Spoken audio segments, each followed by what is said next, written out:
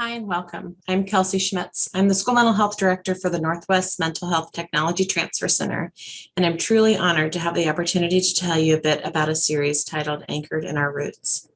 Anchored in Our Roots is designed to provide BIPOC, Black, Indigenous, people of color, school mental health providers resources to navigate the intersectionalities of their work and strategies for anchoring their well-being around their cultural and ancestral roots. We have centered the needs, the voices, and the lived experiences of BIPOC school mental health providers through these conversations and materials. We welcome non-BIPOC providers to lean in, to listen, and to learn how to support our BIPOC colleagues. This series includes foundational resources like these conversations and 2 accompanying workbooks to reflect on these recorded sessions. Our goal is to help BIPOC school mental health providers access collective support and engagement around wellness topics that collectively impact their work and identities. Our esteemed colleagues, Dr. Sabine Thomas and Catrice Tibet-Chapin, have developed these incredible resources. You can locate those resources from the link that's displayed on the screen, and in a moment, I will be passing the mic off to them. I want to start, though, with a land acknowledgement. The Northwest Mental Health Technology Transfer Center and University of Washington Smart Center acknowledges that we learn, live, and work on the ancestral lands of the Coast Salish people who walked here before us and those who still walk here. We are grateful to respectfully live and work on these lands with the Coast Salish and Native people who call this home. We also have a link displayed on this slide where you can learn more about the land that you are on. We want to take another moment just to tell you that this work is sponsored by the School Mental Health and Provider Wellbeing Supplements to the Northwest Mental Health Technology Transfer Center. The Northwest MHTTC is part of a network of MHTTCs across the country funded by the Substance Abuse and Mental Health Services Administration. This map helps you locate the region we serve that includes the states of Alaska, Idaho, Oregon, and Washington, as well as other regions across the U.S. We welcome you to learn a little bit more about our school mental health supplement, and you can visit the website displayed on this slide. We also just want to take a moment to review this disclaimer that basically states that this material exists in the public domain and can be reproduced or copied without permission from SAMHSA or the authors. We just would appreciate you citing the source. We ask that you not reproduce or distribute this presentation for a fee without specific written authorization from Northwest MHTTC. We also want to note that the opinions expressed in these conversations and these materials are the views of the speakers and do not reflect the official position of the Department of Health and Human Services or SAMHSA. And now I want to take a moment to tell you a little bit about Dr. Sabine Thomas and Catrice Tibet-Chapin, who are the authors and our facilitators for this series. Dr. Sabine Thomas is a naturopathic doctor and an educator. She has extensive background in nonprofit management, in wellness, in infant and early childhood mental health, and user experience research. She graduated from Mount Holyoke College with a BA in Socio-Medical Sciences and a doctorate from Bastyr University in naturopathic medicine. She is an early childhood digital ethnographer and a self-care doctor. She is the co-owner of JSOL Studios, a virtual wellness educational practice, and lives in Tacoma, Washington with her family. Catrice Tibet-Chapin is a multiracial educator who served in the nonprofit sector for over 27 years. She comes from 4 generations of educators who dedicated their life to the educational social justice. Catrice has strong theoretical background in child development and psychology, a BA in child development, a master's in elementary education, and an EDS in school psychology. She works diligently to ensure that everyone who wishes to have a seat at the table has one, feels safe there, and can voice their opinions without retribution. As a practicing school psychologist, she has a special interest in researching and applying best practices in consultation, intervention, and assessment implementation when supporting students and families who are culturally and linguistically diverse. Catrice is an active member of the Washington State Association of School Psychologists, the National Association of School Psychologists, and is a member of OSPI's School-Based Behavioral Health and Suicide Prevention Subcommittee. When Catrice is away from the office, she enjoys spending time with her husband and 4 daughters. And now I'm going to turn it over to Dr. Thomas. All right. Well, thank you so much, Kelsey. It is a pleasure for both Catrice and I to join you today.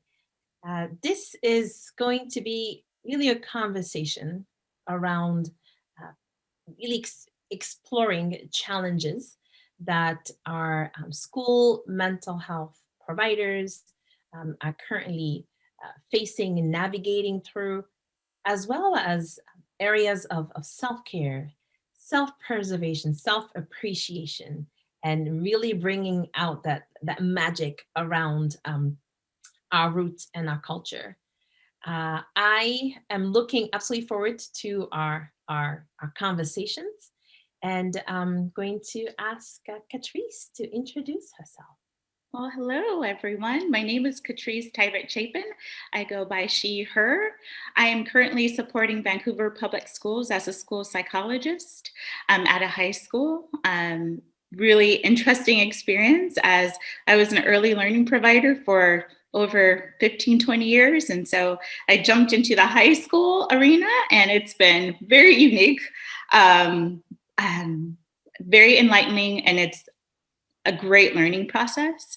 I'm just really excited to kind of share my experiences as a school-based mental health provider, and as a school psychologist under the National Association of School Psychology. We really do want our school community and our larger community to see us as not just the folks that do the assessments and the referrals, but we also can provide comprehensive, holistic care to the entire community of students, families, and staff. So I'm excited to share my experiences, and look forward to many more conversations around this. Thank you, thank you, thank you, Catrice. And my name is Dr. Sabine Thomas. I am a naturopathic doctor by training and currently co-owner of JSoul Studios, where we're able to really create beautiful work and material, as well as education around self-care, self-appreciation, and self-preservation. I'm based out in Tacoma, Washington, and it is a pleasure to have this wonderful conversation with Catrice. Catrice, I'd love to get started here with a question that really is multi-layered, but take us through. As we are navigating these unique times, what are, based on your experience, and just to set the tone, I also want to share with our BIPOC school mental health providers that part of our conversation today, and I know Catrice, you'll share this as well, is we're approaching this from our own lived experience as Black women, as mothers, as professionals. And we are definitely finding that there are parallels in terms of how this experience is showing up in our professional and personal world. And so we will need to make sure that we anchor our conversation around this very important disclaimer for both of us. With that said, Catrice, tell us a little bit about what are some of the challenges that are very unique to our BIPOC school mental health providers, certainly around their personal and professional spheres, and specific to their mental health and mental wellness. Yeah, well, BIPOC school-based mental health providers have such a unique position. We not only can understand and empathize with the community that we serve, many who are part of a diverse community, linguistically diverse, different ability levels. We understand the complexities that exist within the educational system when trying to serve the diverse population that we interface with. So me personally, within the high school setting, what's very unique at my particular high school is that we are extremely culturally and linguistically diverse. I would say close to 60, 70% of the population is considered from a different ethnic and racial background. We have a large percentage of students who speak a second language. And so my role as a school psychologist is to be as comprehensive as possible when I receive referrals about students that are having a difficult time with adjusting to the norms presented within the school setting. And when I interface with staff, administrators and counselors and teachers and others about norms, I have to think as a woman of African and Yemenese descent, what are kind of my cultural norms that I grew up with? And how do those norms interface with the norms that the American educational system says we need to abide by?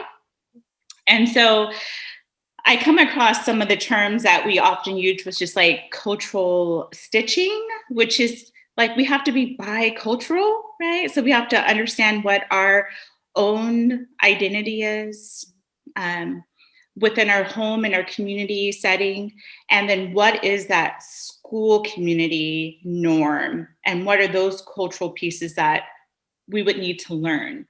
So there's a set of unspoken rules which between both settings that is very unique. And to be able to interact with those unspoken rules, you have to code switch. And code switching is being able to recognize that you're in a unique new setting that's going to require a set of rules that maybe you're not used to within your own community, but you need to learn them in order to adjust and be ready. So it's very unique when I come across populations, especially now, that are dealing with a lot of trauma with just the pandemic that's happening right now, how that's impacting our diverse families.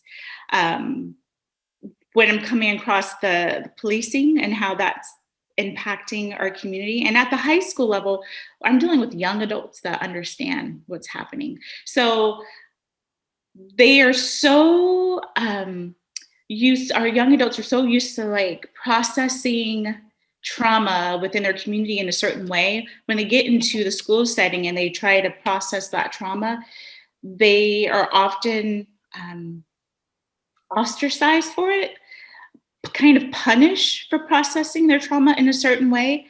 And as a BIPOC provider, I have to go in and I have to do some cultural bridging, because I have to tell folks that we're in a situation where some of our students aren't attending every day, virtually or in person, because not only are they in a unique climate, but they're also experiencing some unique traumas that their brain is trying to process that they haven't had to. So I'm in a position where I'm trying to teach the community, the school community, about like the cultural norms and how different cultures process trauma, while still understanding, oh my gosh, I'm processing this trauma too, along with them. So we're kind of in this unique,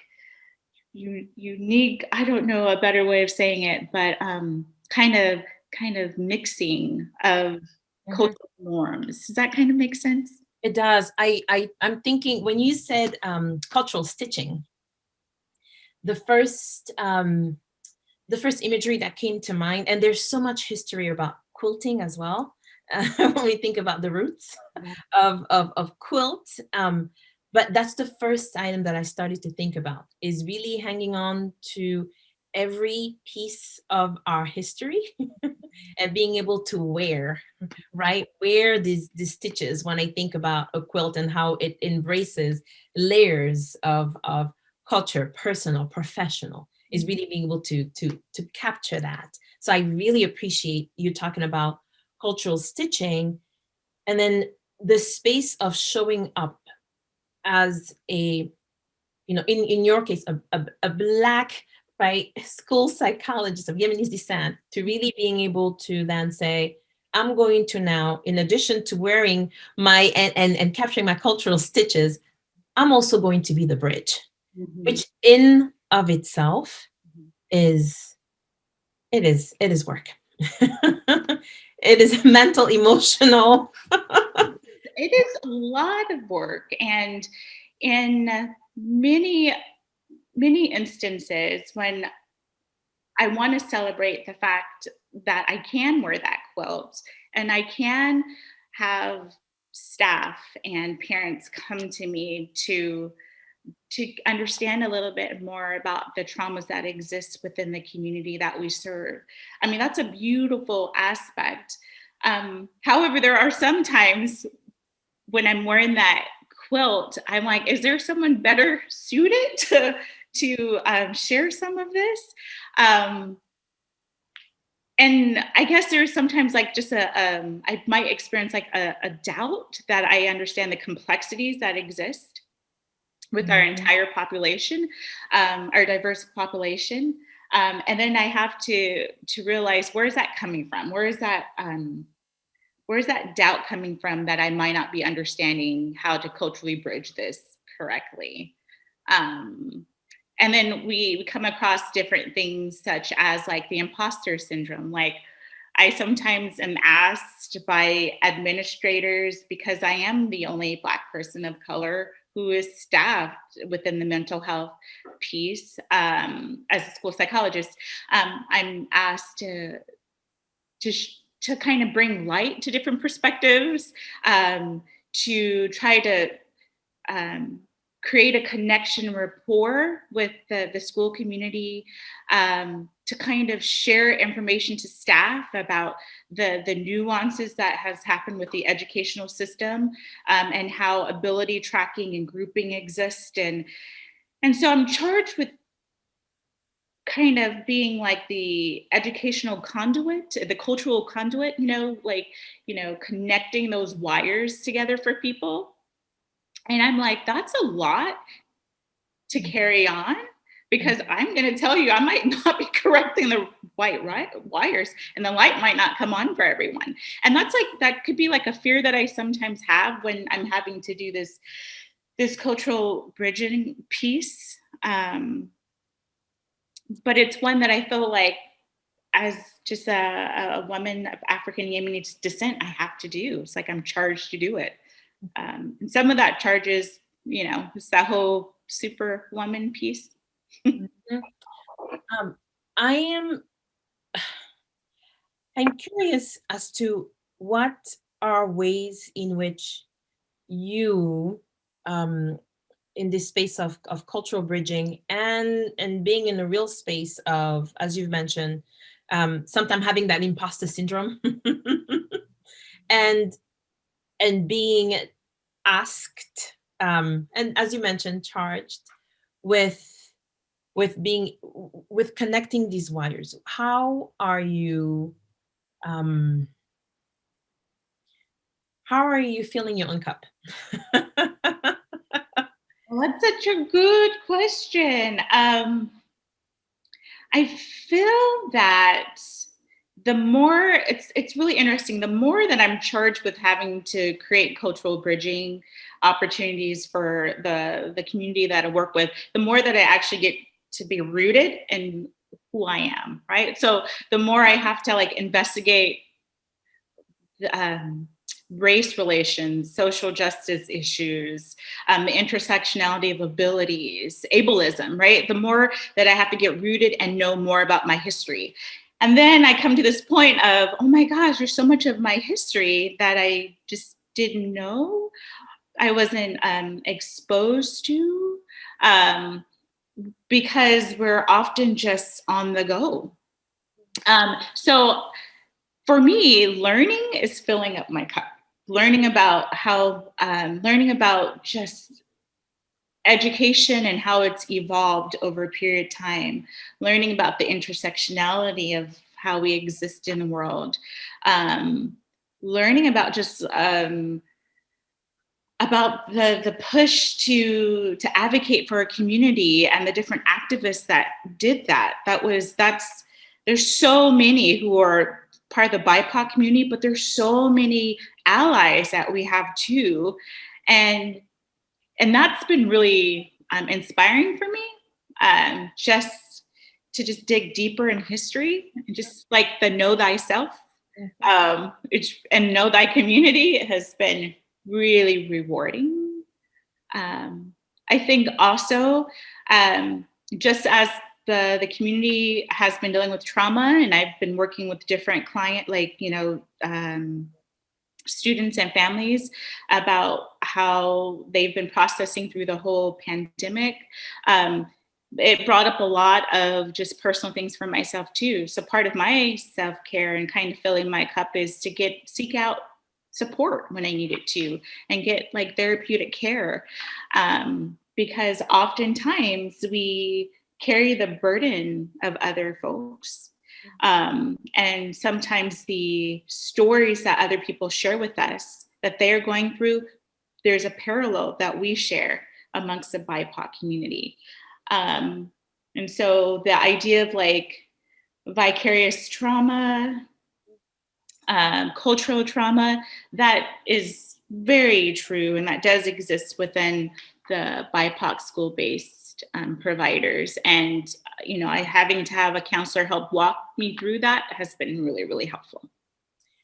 Patrice, can you very briefly just define the spaces for just for us in terms of laying out the foundation when we're thinking about, for some, intersectionality is clear. We all understand what it means. But for others, it might be a space completely new. To your point, that hasn't been explored, where there hasn't been any previous exposure, and or if there has been exposure, it's just not been able to put a finger on it to be able to call it intersectionality. So if you could just in one or two sentences just describe what, and there are layers to intersectionality, right? There are many layers. Yes. I perceive it as how we identify and the experiences that we have to interface with throughout our daily lives. So for me, the intersectionality is that I'm a woman of color who's also a mother, who's also a professional in mental health field, who is able-bodied, but who's also experiencing aspects of her race and culture that are unique to me as a person of color. There's also within intersectionality, we think about ableism, right? We think about social economic status. So access to resources and that piece. We think about educational attainment. So there's just, I think there's just so many institutional structures, right, that we interface with and we have to weave throughout. And how does that impact our development and our sense of identity? I hope that kind of helps. Yes, no, absolutely. It does help. And to your point, how there's an opportunity to show up for families, how there's an opportunity to show up for students, for parents, for peers, and certainly for ourselves, right? In terms of being able to examine and or reflect upon those layers that you shared. And intersectionality can be so unique, but multi-layered to everyone. You also talk about vicarious trauma. Yeah. And there's trauma is trauma. What is vicarious trauma? She's like, what is that? It is, so a lot of times vicarious trauma is often seen with like doctors, psychologists, counselors will experience vicarious trauma when their clients are experiencing something that similarly matches what they have experienced themselves or what their community may have experienced. So our clients are giving us information and we are kind of empathizing, sympathizing with it because of previous experiences. I feel like vicarious trauma and cultural trauma are seamlessly together and interwoven. Sometimes compassion fatigue is kind of in the mix of that too. But I have to be honest, compassion fatigue is often defined as kind of like mental health workers burnout, right? Like you're experiencing so much of the trauma that you're starting to become numb to it and kind of fatigued of it. And I feel like as people of color, and as just a Black woman, like I don't have time to fatigue that way, because not only am I experiencing what my clients are experiencing, I'm having to work.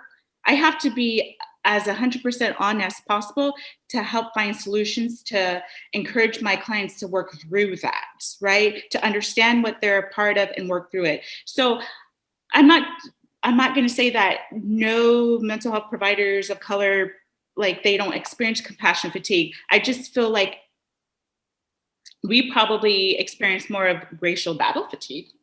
Mm.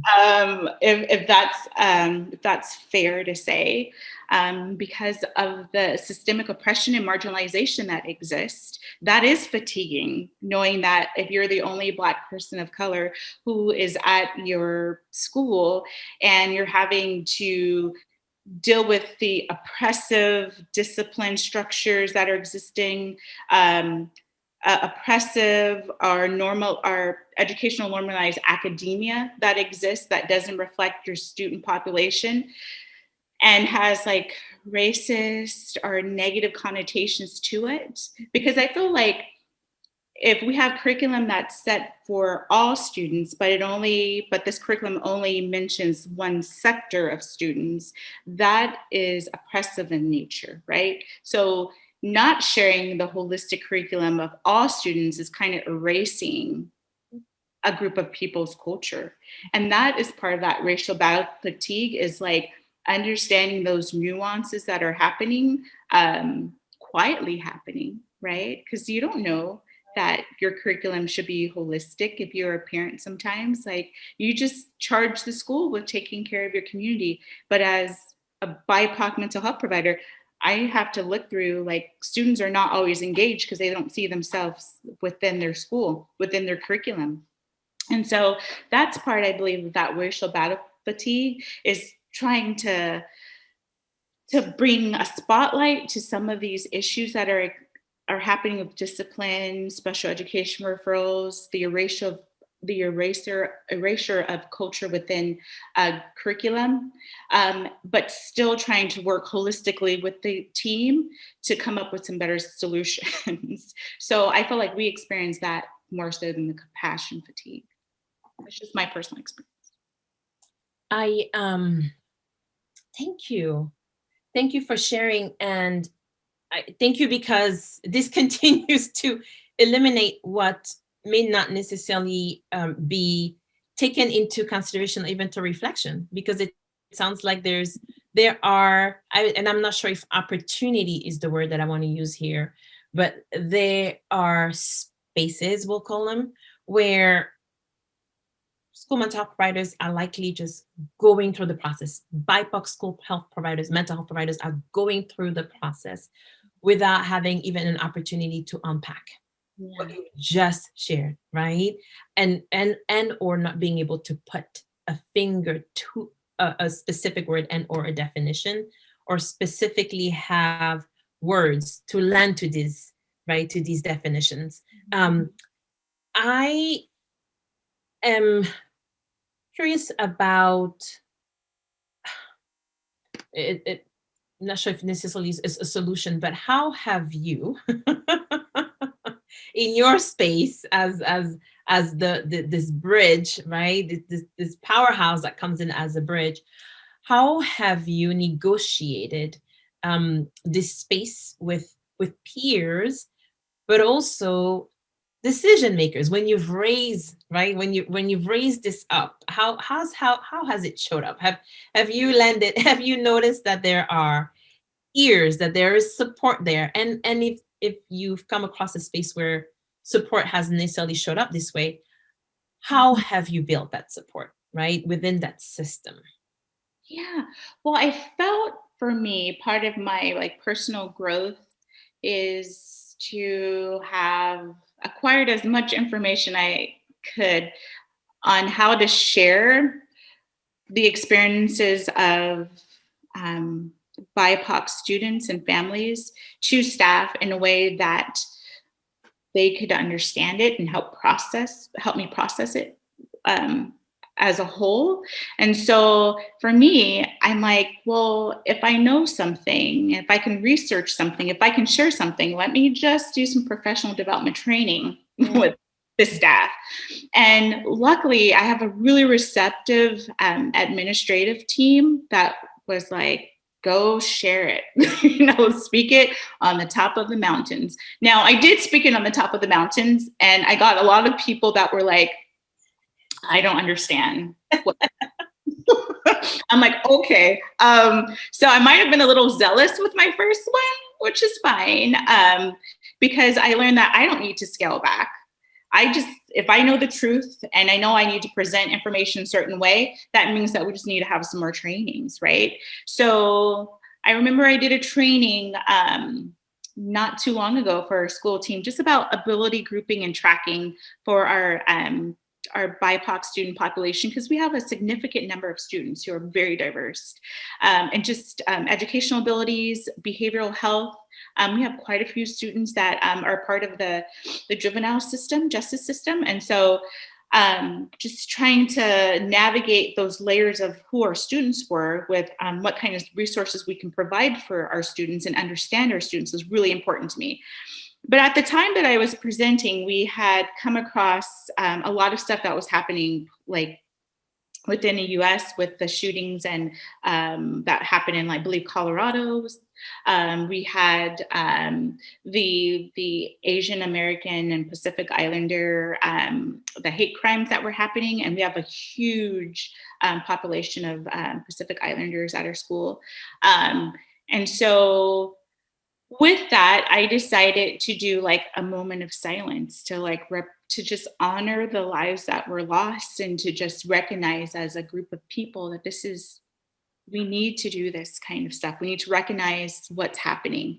Well, a lot of people were just like, kudos, right on. We've never had this happen at a training before. And then we had a whole bunch of people who were like, you ran out of time at the end of your training and we really liked it. Do you think you need to spend because I also did a land acknowledgement. Do you think you need to spend 4 minutes on doing a land acknowledgement in a moment of silence? And I was like, oh my gosh, we have so much learning to do, right? But what I thought was oh my gosh, we have so much human kindness to teach, right? This is humanity. So regardless of our race, our ethnicity, our culture, we're human beings. And we had humans that experienced their loved ones being taken away from them. For us not to be able to recognize that, especially when we had a significant percentage of students who were Pacific Islander, would have been inappropriate. It would have been, I felt like part of social justice is an act, right? It's a verb. You act, you move towards it. You recognize the inequalities, and you work on building equity and equality in places that don't exist. And so I'm the very least we can do is just recognize. And so it's interesting because, I'm I know what I'm doing is important, and this just confirmed how important it is. Mm-hmm. And so it was kind of my self-care in those situations when I was getting these emails, just oh, it's okay. What I did it's good what I did, because it's teaching them about empathy too. Mm-hmm. And understanding. So teaching is one of the big things that I've felt has been helpful to kind of do that cultural bridging, and also providing a platform for students. We had a virtual student voice forum. It was just a moment where our BIPOC student population had an opportunity just to share about what's happening with them.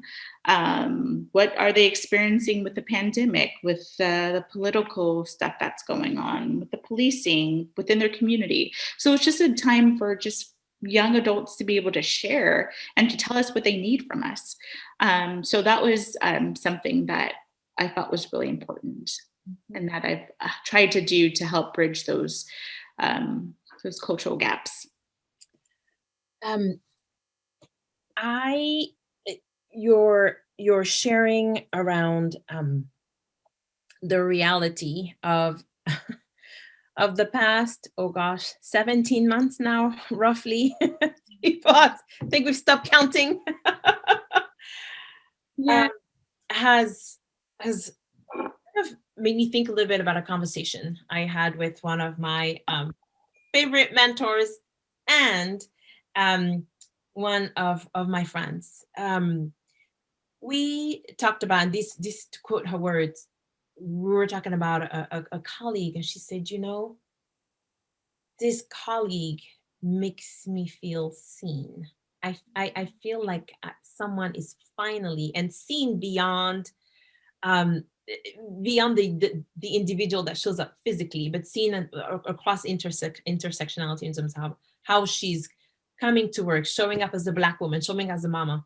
And then one of my mentors, in a very respectful way, but sad way, also referred to a most recent tragedy as Civil Rights 2.0.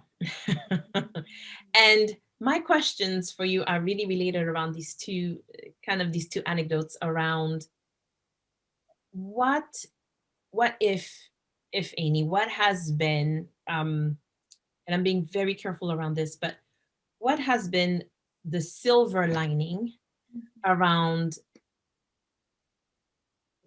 and or for BIPOC providers, BIPOC school mental health providers, going through a pandemic exacerbated by the murder of George Floyd, exacerbated by Asian hate. What, if any, has been a silver lining around lessons learned? And I will ask just another layer to this question is, I feel like sometimes when I talk about myself, I need to add, and my Black excellence, and my Black girl's magic, and short of being able to put a crown on my head. and I'm curious if, you and I talk about this space of ensuring that we come through our strength. We have strong roots. We have strong cultural roots. The melanin that runs through our blood and shows up in our skin is so rich, right? How do we show up through these spaces? So I know this is a multi-layered question, so I'll pause a little bit and just highlight silver lining, and from that space of rich, yes, there's endurance, there's resilience, but how else do we show up? How have these unfortunate events really propelled us to raise a hand and say, yes, 1, see me, 2, I want to be seen, and 3, I really want to raise incredible red flags around my work as a BIPOC school mental health provider?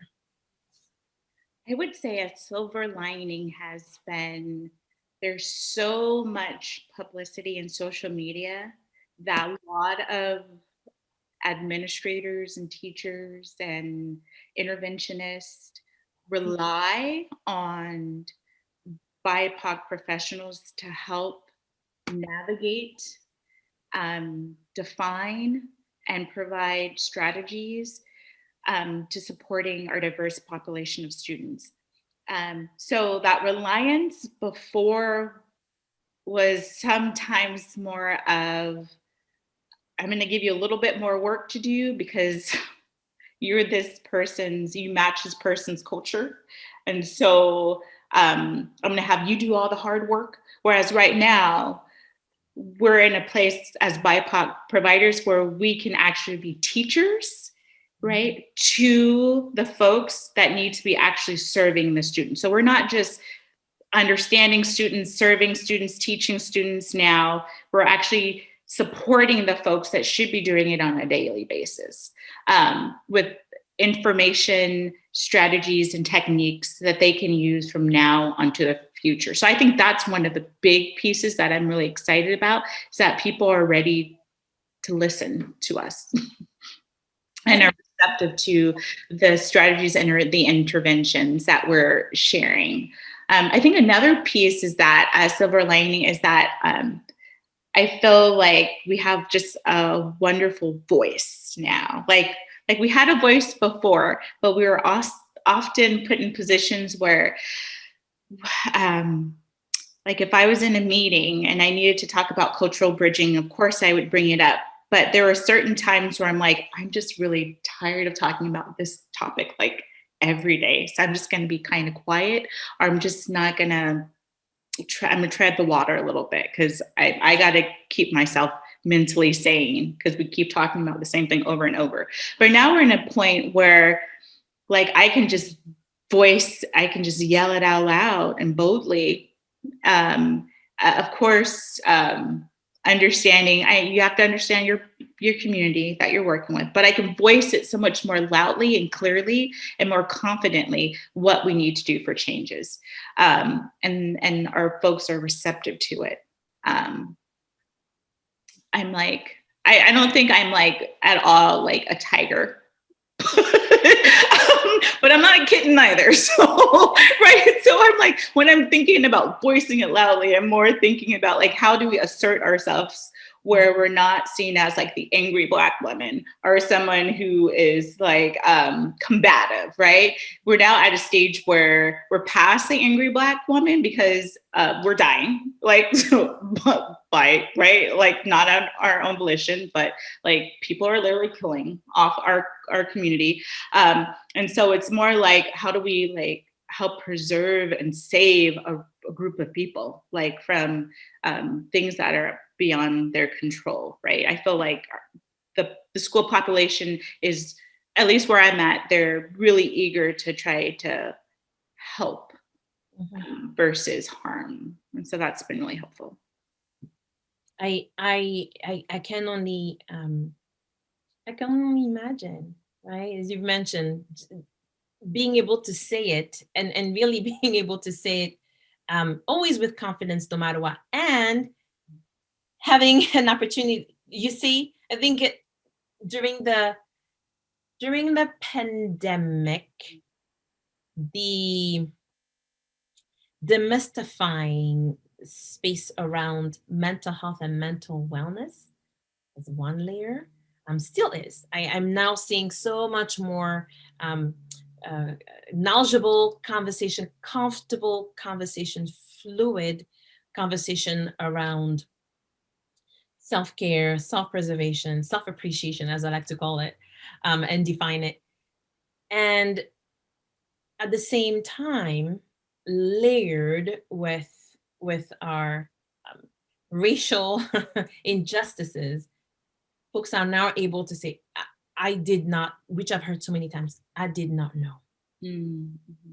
And or I did not realize it was this prevalent. I did not realize it existed in my community. And it sounds like, based on what you share, Patrice, is yes, the voice. You're now, it's as if being seen is one, but it sounds like you're also being heard. Mm-hmm. You're being heard, and there is action, right? And you have never said this has been easy in our conversation. Nowhere have you said this. And I'd like to ask, what are strategies? What are some of the strategies you've employed, in addition to the obvious? What are strategies you've employed for school mental health providers where their environment has been impacted, but it may not be as ready or willing to listen, right? What has made a difference for you? What are some areas where, and or suggestions, where school mental health providers, can we think about strategies? It's like, great, it has happened. You're now being seen. You hopefully are being heard. And if no action is taking place, this is one thing you can do. And or if you're not being fully listened to, this is one thing you can do. Yeah, this is kind of unique, but one of the things that I wanted to do was to have like a mental health rest stop for all staff. So what we did was I connected with their school counselors, and I asked them if during a lunch hour, whatever that would be, if we could just do some mindfulness, some meditation, some deep breathing exercises, because I wanted the entire school population to understand that we all are experiencing like trauma right now, right? Whether you're it's direct or indirect. We're all experiencing it. So we all need to have a mental health rest stop. And so we started with a couple of sessions. And then our school counselors just took it over and started to do one for teachers and one for staff once a week. I think by initiating that opportunity for all staff to be able to be acknowledged as needing some respite, needing some care, it allowed for like the acknowledgement that we're all facing something and we all need help. And so please, please take advantage of this rest stop. And then if you need any help with anything else, I'm here. Our school counselor is here. We're here. And so by creating that space and building that rapport with staff, it made it easier for them to email me or call me about race relations and things that occurred because they knew that I was about healing, right? I was acknowledging that that we are all experiencing this in a certain way, but certain groups of people experience it a little bit differently, right? And some a whole lot more different, but it just allowed them to feel comfortable and safe enough just to come. So even with the folks that were like, you shouldn't be doing these moments of silence and land acknowledgements, they came to me though, right? Like, whereas before they may have never emailed me or called me or even asked me about why I'm doing what I'm doing, but now just create a space where at least they're coming to me, even though it's not what I want to deal with all the time. They feel safe, right? And so the whole thing about BIPOC mental health providers is, do you feel safe? And do the people around you feel safe? Because that safety and that trust and that rapport is what we're going to need in order to build a better future and build a future we all understand, right? I might not like what you are doing, but I need to at least understand what you're doing and why you're doing it. Because if I understand, it comes from a place where I can teach. Of course, the concept of healing resonates so much, so much with me, so much with my background and how I really approach even in intersectionality is being able to take it to that space of not just adding a Band-Aid and letting it settle and letting the skin heal, but actually getting to the root, getting to the deep layers of healing. And I also know that every single person heals in a very unique way. The pattern, the stitches, the way the skin remeshes. I'm taking us on a whole different path here, but the way that I love it. It looks and feels very different, and it also depends as to where some of that trauma to the skin was experienced, where that trauma to the body, the mind, the culture, the being, right, was experienced. And it sounds like you have approached this from a place of, let's just be in that space of healing. Let's just be about the intention and the energy of healing. And if you approach it from that, the rest will manifest, right? Because you're saying even when you were receiving these calls around or hearing feedback around showing it, can't do that, but anyways, showing the land acknowledgement, really just taper down the moments of silence. even these spaces, right, that we're approaching you that way, we're open to healing. Let's just try it, right? And it sounds like one of your strategies was from that space. If you're coming, something is resonating with you. If you're coming in a space of healing, something is resonating with you. Let's expand it. So you are also Catrice, you're a leader. You're a leader. And I'm curious for our school providers, for providers who may feel like I can't do it, 2, they won't come. And 3, no one is fully listening to me. What's the first place they can start just to support themselves, right? When facing all these challenges, where's the first space that they can, where's the first pot that they can dip in, the cup that they can first dip in to support their own sanity and space?